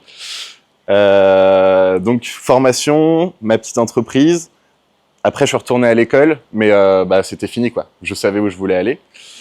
Donc, je continuais à échanger pas mal avec Guillaume et à donner des coups de main, notamment avec l'association la Fédération française d'aquaponie à l'époque. Il y a combien de membres dedans? T'as une idée? Alors aujourd'hui, elle est un peu en pause, la fédération. Mais il y avait, je sais pas, une vingtaine de membres, de producteurs. En fait, j'essayais de m'insérer dans la filière parce que c'est une filière de passionnés. Et moi, une filière qui me passionne. Enfin, c'est de la biologie. Voilà, il y a tout ce qu'il faut. C'est un petit jeu vidéo, quoi. On reconstruit un écosystème. On essaye de prendre toutes les leçons de la nature pour essayer de faire au mieux. Là, par exemple, les systèmes qu'on a, c'est une eau qui est une eau qui est assez vieille, relativement vieille. C'est quoi une eau vieille en aquaponie? Comment? C'est quoi qu'on appelle une eau vieille assez vieille? Un système qui a 6, 7, 8 ans de recirculation sans aucun vide sanitaire, etc. Donc en fait, c'est comme un sol. Il y a une biodiversité qui est incroyable dans ces systèmes-là. Quand on dit qu'on dépense pas beaucoup d'eau, c'est réel. En fait, il y a juste l'évapotranspiration à compenser. Mais l'évapotranspiration, elle est retenue par... Bah là, ça évite l'évapotranspiration. Enfin, ça isole. Mais après, bah voilà, les plantes, il y a quand même beaucoup d'eau dedans. Plus, bah, pour qu'elles se tiennent droites, etc., elles consomment de l'eau. Donc, elles évapotranspirent pour leur métabolisme. Mais après, oui, toutes les surfaces qui sont à l'air libre, il suffit qu'il y ait du vent, de la chaleur, enfin voilà, convection, conduction, rayonnement, tout ce qui va pouvoir faire chauffer l'eau et qu'elle s'évapore. Ça, c'est des pertes qu'on essaye de réduire, notamment avec des radeaux ou avec un couvert végétal, mais qui évapotranspire aussi. Mais en général, on dit qu'on économise 90 à 95% d'eau par rapport à l'agriculture traditionnelle. L'hiver, par exemple, quand il fait pas chaud, quand il fait frais, il y a beaucoup d'aquaponistes qui ne mettent pas une goutte d'eau pendant toute la période d'hiver. Mais ils produisent, ils continuent à produire du poisson, des plantes. Et ça, C'est un système bien régulé, ça veut dire ça. Presque. Comment ? C'est un système bien régulé niveau... Alors. Régulé, oui, en fait, il fonctionne tout seul une fois que l'équilibre biologique est présent. Il faut toujours penser à nos 3 types d'espèces, donc les plantes, les poissons et les bactéries, la clé de voûte du système. C'est vrai que les bactéries, c'est pas à mettre au second plan, ça va. Ah non, pour moi, c'est ça, l'aspect passionnant. Et c'est la porte que j'aimerais ouvrir. En fin de carrière, j'aimerais être le plus compétent possible là-dessus. Parce que pour moi, c'est ça qui va faire, comme dans le sol, hein, au niveau des échanges allélopathiques, toute la microbiologie, c'est ce qu'on voit pas, mais c'est ce qui me passionne. Donc en fait, c'est pour ça que c'est un outil de travail super intéressant, parce que les rendements ne font que de croître, parce qu'on a une eau, pour parler franchement, qui est de plus en plus vivante. Donc on pourrait se dire qu'elle est de plus en plus dégueu, mais en fait, plus elle est dégueu, plus il y a du monde dedans, et plus il y a du monde dedans, plus elle est résiliente. Donc on va supporter plus facilement des crises. C'est bactéries. Ouais. Il y a tout plein de choses, hein. Il y a des bactéries, des virus, des microcrustacés, des détritivores. Il y a des lombriques, des azelles, des gamards. Enfin, on a tout plein de choses, des mollusques. Enfin, on a tout plein de choses dans nos systèmes. Et en fait, plus le système vieillit, plus il est riche, et donc plus il y a de monde. Et c'est comme un sol, plus il est vivant, plus ça pousse, quoi. Et plus il supportera les crises. Donc toi, tu conseillerais aux étudiants d'AgroParisTech, s'ils veulent vraiment un cursus complet, de se diriger vers la formation d'aquaponie? Moi, je conseille à tous ceux qui veulent faire de l'aquaponie professionnelle de faire la formation. Sortant d'une assez bonne école d'ingé en agronomie, donc pas mal orienté biologie, j'ai appris tellement de choses, je me suis jamais ennuyé, j'ai été stimulé le plus possible. Et en fait, qu'on démarre d'un niveau 0 en biologie ou qu'on démarre avec des bonnes bases, en fait, on a tout le temps un sujet à creuser. Donc voilà, moi je m'y suis passionné, puis maintenant, pour rien au monde je changerai. Je dis pas que l'aquaponie doit révolutionner toutes les techniques agricoles, prendre la place de toutes les techniques agricoles, mais elle s'insère dans plein de contextes hyper intéressants. Là, je fais une autopromo. Les jeunes qui connaissent pas l'archipel, tu leur dirais quoi pour les motiver à regarder l'archipel? Qui vont apprendre plein de choses. Ou par exemple, mon frère qui est parti en Australie les 8 derniers mois, là, pendant 3 mois, il buvait de l'eau de pluie qui tombait dans une cuve IBC. Il me disait, parfois, il y a des petites crevettes, des petites algues. Je lui ai dit, si tu avais regardé l'archipel, t'aurais filtré, t'aurais fait quelque chose, parce que là, tu vas choper une ch'touille, comme on dit ici. Une ch'touille, ouais. Écoute, merci beaucoup JB pour ça. Avec plaisir.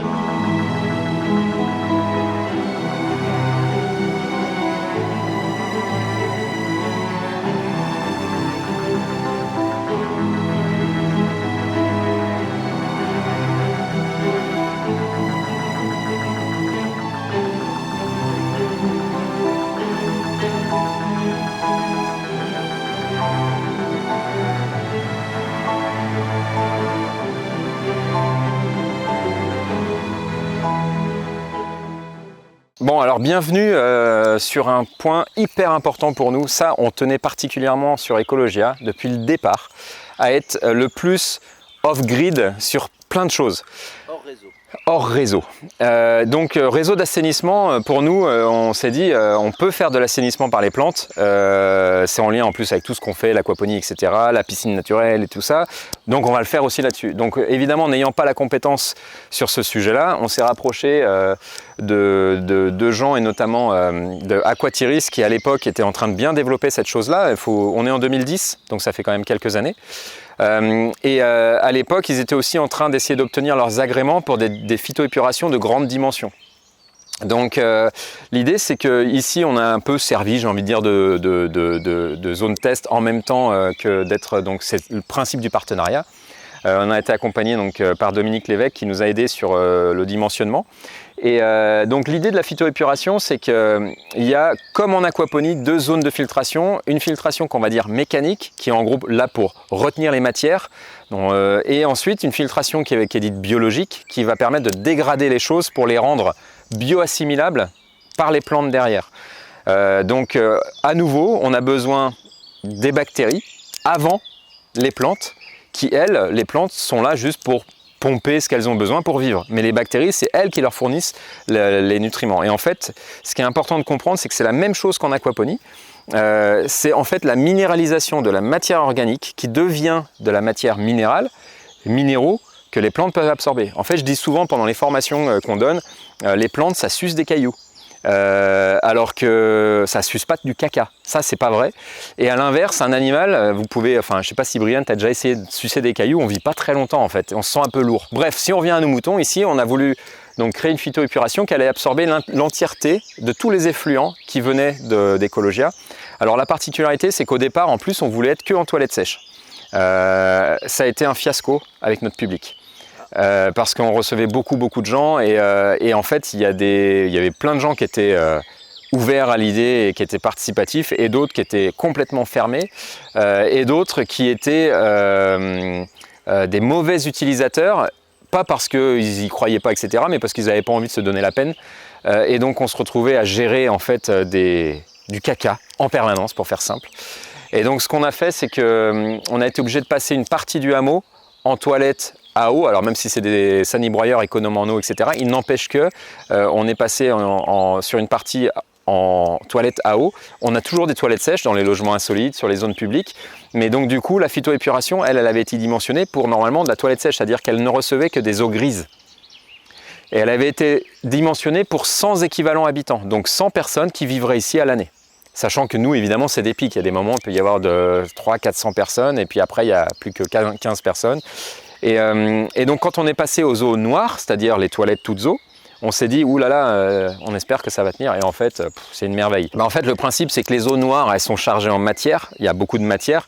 Et en fait, le premier filtre, qui est le filtre mécanique, il est là pour ça, en fait. Pour réceptionner la matière et la garder, enfin la retirer en fait un maximum de l'eau. Et c'est à ça que sert le premier filtre planté, qui est en fait planté avec des plantes particulières qui sont, ça peut être de la phragmite, des roseaux, etc. Enfin, toutes ces plantes de ces familles-là qui ont une particularité. D'une part, elles ont un système racinaire extrêmement développé et dense, qui fait que du coup ça fait un filtre au sens premier du terme, c'est-à-dire que ça retient la matière. Et deuxièmement, et ça c'est une particularité à laquelle, ça j'en parle aussi beaucoup dans les formations, tout ce qui est processus biologique qui a lieu dans l'aquaponie et donc dans la phytoépuration, c'est anaérobie, non c'est l'inverse, c'est aérobie dans un premier temps, c'est-à-dire qu'en gros il y a besoin d'oxygène. Et donc pour qu'il y ait de l'oxygène, en particulier aux pieds ici, et surtout dans la première couche qui réceptionne tout le caca et qui du coup va se colmater très rapidement, il faut qu'il y ait quelque chose qui vienne décolmater. Donc là il y a 2 grandes choses qui aident. D'une part, les lombrics, il y en a beaucoup ici, qui vont agir pour essayer de décolmater et donc de créer des galeries et donc d'aérer. Et il y a aussi une action mécanique du roseau lui-même qui en fait, quand il bouge, c'est une tige hyper raide et quand il bouge avec le vent, en fait au pied, toi, ça vient t'aérer, bah tu vois, ça sent strictement pas. Si jamais, alors ici ça fonctionne par bâcher puisqu'on a une zone tampon juste avant et ça fait des bâchets de 800 litres. Dès que en fait, la cuve est pleine de 800 litres d'eau grise noire, la pompe se déclenche, elle l'envoie ici. Donc si on est là au moment où ça se déclenche, peut-être qu'on aura cette surprise là. Dans les 5 minutes, ça sent, on va pas se mentir. Pourquoi? Parce qu'en fait dans la cuve, c'est anaérobique. Et quand on est en anaérobie, ça sent puisque ça fermente, ça pue en fait. C'est un des gros signes aussi qui permettent de dire, oh là là, j'ai un souci. Si ça sent, c'est pas normal. Il y a un manque d'oxygène. Et donc ça arrive, du coup pendant 5 minutes ça pue, mais ça s'oxygène très rapidement. Et du coup, les odeurs disparaissent. Donc tu as un vannage qui te permet de dire quel lit tu vas irriguer. Donc C'est juste pour dire le lit central, le droit ou le gauche. Donc là en l'occurrence, normalement il faudrait toujours mettre un lit en repos, donc là on va le faire bientôt. Et on alterne toujours, il y a 2 lits en fonction et un lit en repos. Et on alterne tous les mois, ou tous les 15 jours, ça serait même encore mieux. Sachant que là en début de saison, on ouvre les 3 parce que les 3 ont besoin d'avoir du nutriment pour démarrer. Mais là bientôt, là, tiens d'ailleurs je peux le faire maintenant, comme ça. Là, je ferme ce lit-là, donc le lit gauche maintenant il est fermé, le lit central, le lit droit ils sont ouverts. Et d'ici 15 jours, 3 semaines, on va venir réouvrir le lit gauche, fermer le lit central et ainsi de suite. Et donc en fait ici il y a 3 filtres successifs, il y a ce premier là, le deuxième qui est ici, qui est en train de démarrer, là on est en début de saison, qui est en train de démarrer, qui est en fait un filtre sur sable où il n'y a pas de roseau. L'idée c'est que là on a de la plante, alors au début on avait mis de la plante à fleurs etc, maintenant on laisse pousser ce qu'il veut, notamment les orties qui sont des plantes très demandeuses en nitrate. Et si ensuite il y a un 3e filtre où là vous voyez des arbres qu'on planté, qui ont poussé, qui ont été plantés, qui ont poussé. Et en fait ce 3e filtre là on s'est rendu compte qu'il était accessoire à l'usage en fait. Parce qu'en fait entre chaque filtre on peut faire des analyses et on s'est rendu compte qu'en fait à la sortie du 2e filtre en fait l'eau elle était déjà clean. Et donc le 3e sert en gros à rien. Mais c'est une zone d'infiltration dans le sol. Alors tout est imperméable étanche, c'est-à-dire que ça, l'eau qui arrive là, qui est sale, elle finit forcément ici. Et ensuite, le 3e, par contre, lui, il est ouvert. C'est une zone d'infiltration dans le sol. Et ensuite, il y a un petit, comment on appelle ça, un trop-plein, au cas où, qui va dans le ruisseau, le Malbenais, dont on parlait, qui est juste derrière. Mais en fait, ce tuyau-là n'a jamais vu la moindre eau passer. Donc, en fait, toute l'eau finit par être traitée dans le sol. Et ce qui est génial avec donc la phyto, c'est qu'en termes d'entretien, ça fait donc depuis maintenant 2012 qu'elle tourne avec des gens qui font caca, pipi chez nous quand même beaucoup, parce qu'il y a quand même quelques gens qui viennent. Et en fait, tous les hivers, on rase à blanc. C'est-à-dire jusqu'au gravier, on rase vraiment à blanc. On met ça à composter derrière, tu vois, là tout ça c'est des anciennes, alors sur le devant c'est du bois bien sûr, mais derrière en fait c'est le compostage de notre phyto. Et ensuite ça se remet à pousser. Là tu serais venu ici il y a 1 mois, ça commençait à peine à sortir du sol. Ouais.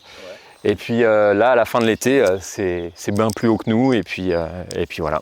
En été, c'est là où il y a le plus de clients chez nous, donc là où il y a le plus de charge organique, mais c'est là où elle est le plus en train de pomper. Donc en fait, la nature est bien faite. En général, tout fonctionne ensemble. Donc, un truc que je dis souvent aussi en formation, c'est que la nature, heureusement qu'elle est bien faite et qu'on a le monde bactérien microbiotique pour dégrader le caca des animaux, sinon on vivrait aujourd'hui sur un gros tas de caca de dinosaures. Tu es d'accord avec moi? Alors moi je suis ingénieur agronome de formation, donc j'ai fait l'Agro-Paris, enfin anciennement INAPG, Institut National Agronomique de Paris-Grignon, qui est devenu Agro-Paris-Tech maintenant. Donc agronomie spécialisée en aquaculture. Donc moi ce qui m'intéressait c'était le poisson depuis toujours, enfin les bêtes qui vivent dans l'eau, pas que les bêtes à écailles, hein, les bêtes à carapace ou les bêtes à coquilles aussi. Et l'idée c'est que l'aquaponie c'est justement la jonction de ces 2 mondes-là, donc c'est pour ça que forcément ça m'a parlé depuis déjà mes années à l'agro. En 98 j'ai intégré l'agro. Et tout ce qui est du monde du biologique et du vivant, bah, ça me parle forcément depuis toujours. Donc, et ce qui est passionnant avec tout ça, c'est qu'en fait finalement c'est toujours les mêmes boucles que tu retrouves partout, c'est les mêmes processus. Et ce qui est assez génial aussi, c'est de se rendre compte que les processus, en l'occurrence de ce qui se passe réellement dans le sol au niveau des microbes, il y a encore un monde à découvrir. C'est-à-dire que c'est tellement petit et inaccessible, en fait on ne voit que les résultats. Tu vois, tu ne vois pas la bactérie bosser. Tu vois juste le résultat du travail de la bactérie. Et ça c'est quelque chose qui est assez frustrant d'une certaine manière, mais qui est en même temps passionnant. Alors je dis bactéries, attention, faut vraiment élargir. Quand je dis microbiotique, c'est pas que les bactéries, c'est aussi le monde des champignons. Et donc c'est tout ce qui se passe en fait dans le sol. Et il y a aussi, et il ne faut pas l'oublier, tout ce qu'on va appeler la mésofaune, qui est en fait l'échelon supérieur, c'est-à-dire les petites bestioles, les acariens, les différentes donc insectes évidemment, myriapodes, etc. Tout ce qui va être monde du détritivore. Donc en l'occurrence, les lombrics en font partie. Détritivores, c'est-à-dire qu'ils vont manger les détritus pour les transformer en fait en quelque chose de plus petit, qui va être plus facilement dégradé par les bactéries, etc. En fait, c'est le principe même de l'agronomie et de ce qu'on appelle l'humification, donc le principe de fabriquer de l'humus. Et donc, on est sur quelque chose qui est par contre là maîtrisé, entre guillemets, par l'homme, en tout cas qui est canalisé, qui est contraint dans un espace. Là, on contraint à ce que ça se passe ici et pas ailleurs. Donc, et on essaie de faire par étapes. Donc, ce que la nature, elle fait toute seule. Guillaume. Oui. Alors, merci pour la visite. Alors, je crois que c'est la première fois que ça arrive. Je ne sais pas si j'en ai déjà parlé dans la vidéo. Ça s'est peut-être vu. Ah, ça s'est même peut-être vu. Je n'ai pas posé beaucoup de questions.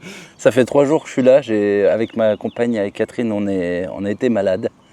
Et comme je te disais ce matin, je vais retenir que je suis arrivé en PLS ici et je repars en pleine forme. Eh ben, écoute, ça me fait plaisir. Et tu repars du coup un jour de plus, tu as passé un jour de plus que prévu. Donc non, j'espère que tu te sens mieux, effectivement. Je me sens mieux et je suis d'attaque pour la suite. On fait un petit instant en promotion. Tu peux nous parler un petit peu de ce qui est réalisé ici ? Promotion, alors s'il y a des gens qui veulent se marier dans un endroit magnifique ou faire des séminaires dans un endroit magnifique, Ecologia, c'est un peu le cœur de métier d'accueillir les groupes. Elle est belle, elle est très belle la salle. Elle et est Catherine m'a dit, franchement, c'est une belle salle. D'ailleurs, on n'a même pas on n'a pas fait de prise de vue, mais ton mariage aura lieu ici, on est bien d'accord. Donc ça, c'est pour la partie Ecologia. Et après, pour la partie Aquaponia, s'il y a 2 choses à retenir, c'est qu'on est vraiment un centre de formation axé sur la formation professionnalisante, le seul en France, qui permet de se professionnaliser si on a des ambitions de faire son métier tourné vers l'aquaponie. Ça, c'est le premier point. Et aussi, on fait de la formation plus courte avec des formats qui permettent de vraiment maîtriser l'aquaponie pour installer un système chez soi, etc. Donc ça, c'est un peu vraiment notre cœur de métier sur Aquaponia. Ça fait combien en temps la longue formation, que les gens sachent quand même que... Alors, on a 2 titres pro. Le premier, c'est technicien supérieur en aquaponie. C'est une formation qui fait 8 mois, avec beaucoup de périodes en entreprise, beaucoup de périodes en centre, sur le plateau technique, avec des nombreux intervenants du monde de l'aquaculture, de l'hydroponie et de l'aquaponie. Donc ça, c'est une formation certifiante d'un niveau BTS, qui donne la capacité agricole aussi, qui permet du coup après de pouvoir s'installer en agriculture et en ferme aquaponique. Donc ça, c'était un gros boulot et c'est une fierté pour nous. Et ensuite, le deuxième titre, qui est opérateur technique en aquaponie, ça va être les gens qui veulent travailler dans une ferme qui est déjà montée. Donc le porteur de projet va plutôt devenir technicien supérieur en aquaponie, monter sa ferme, et il embauchera des opérateurs techniques. C'était un peu ça l'idée. Et après, pour les formations courtes, là c'est des formations des gens qui veulent faire ce que j'appelle de l'aquaponie domestique chez eux. Il y a un deuxième truc quand même qui est super important dont j'aimerais parler, c'est le salon de l'aquaponie. Tu seras là bien sûr, hein, Brian, on est bien d'accord. Tu m'en avais parlé. Donc salon de l'aquaponie qui a lieu tous les 2 ans sur Ecologia, qu'on a mis en place. C'est le seul salon de l'aquaponie à notre connaissance en Europe, et il a lieu cette année, donc en octobre 2024. Et donc je mettrai tous les liens en description de la vidéo, comme ça j'espère bien. Et du coup, l'idée, c'est que c'est vraiment un lieu de rencontre pour les gens qui font de l'aquaponie, bien sûr, les pros, les particuliers, les assos, enfin vraiment tous les passionnés de l'aquaponie. Et l'idée, c'est aussi d'avoir des ponts avec le monde de l'aquaculture, de l'hydroponie, du maraîchage et de tout ce que je vais appeler monde des micro-fermes. Donc voilà. Après, ça reste à notre modeste niveau aussi, puisque on n'est pas non plus, c'est pas le salon de l'agriculture. Ouais, mais c'est super génial en termes convivial, on va dire. Exactement, c'est humain. Est-ce que tu veux parler d'autre chose ? Je pourrais parler de tout ce que tu veux, de l'aquaponie encore et toujours. Vas-y, on est à 3 minutes. De la biodiversité d'une manière générale. Tu m'as dit on fait 20 minutes. Ah non, tu m'as dit qu'il fallait que ce soit court, un format court. Ah ouais, parfait. Alors donc, non, qu'est-ce qu'on peut dire ? En fait, ce qui est très très important, on en parlait encore ce matin, pour nous, c'est plutôt l'expérience vécue et l'humain dans tout ce qu'on essaye de faire. Et c'est pas du tout le côté uniquement mercantile. Alors même s'il y a des fois, on se fait critiquer parce qu'on est une entreprise. On est en France, mais voilà. Mais après, l'idée, c'est qu'on est vraiment très fondamentalement axé sur le développement durable avec ces 3 piliers, le sociétal, l'environnemental et évidemment l'économique. Mais c'est vraiment pas l'économique qui prime chez nous. Les trois sont jugés à la même hauteur et pour nous, c'est hyper important de comprendre ça et de se rendre compte qu'en fait, on peut être riche de plein de choses et pas seulement d'argent. Et donc, l'expérience qu'on a ici, pour nous, elle est assez exceptionnelle et c'est ce qu'on essaie de faire partager aux gens.